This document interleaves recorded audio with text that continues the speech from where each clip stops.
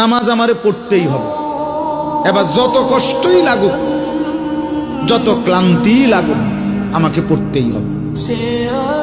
সুদ, ঘুষ, মিথ্যা, হারাম রোজগার আমার ছাড়তেই হবে। এবার আমার সামনে বাকি সবাই লক্ষ কোটি টাকার, মিলিয়ন মিলিয়ন টাকার মালিক হয়ে যান, কিন্তু আমার যেহেতু অনুমতি নাই, আমি এটা যাওয়া যাবে না।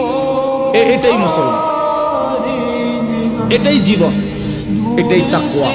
আল্লাহ তাআলা আমাদের কাছে এটাই চায়, বান্দা গুনাহ বর্জন করো, আমার হুকুম পালন করো, বিনিময়ে আমি আল্লাহর কাছ থেকে অনন্তকালের জান্নাত বুঝে নাও।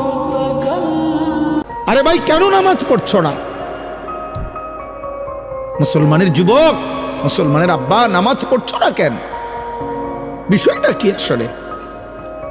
চোখের সামনের এত মানুষের মৃত্যু কি আখেরাত মনে করায় না?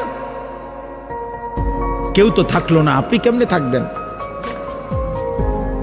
আপনি কেমনে থাকবেন? প্রতিনিয়ত মানুষগুলো মরছে, কই যায়? আমিও যাব একদিন সেখানে। সেখানে আমাকে কিছু জিজ্ঞেস করবে কিনা?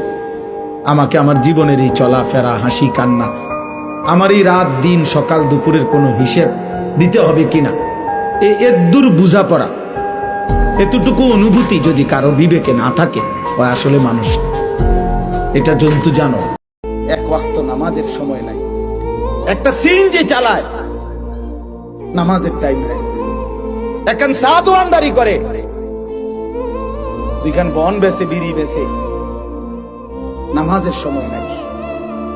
12,000 টাকার একটা বেতনের চাকরি, নয়তো 20,000 টাকা বেতনের একটা চাকরি, এক ওয়াক্ত নামাজ পড়ার টাইম নাই। হায় মুসলমান, এই 20,000 টাকার জন্য আল্লাহরে ছেড়ে দিলাম? একটা সিএনজির জন্য আল্লাহকে বাদ দিয়ে দিলাম? একটা অটোর পিছনে আল্লাহকে ছেড়ে দিলাম? একটা চা দোকানের পিছনে আল্লাহকে ছেড়ে দিলাম?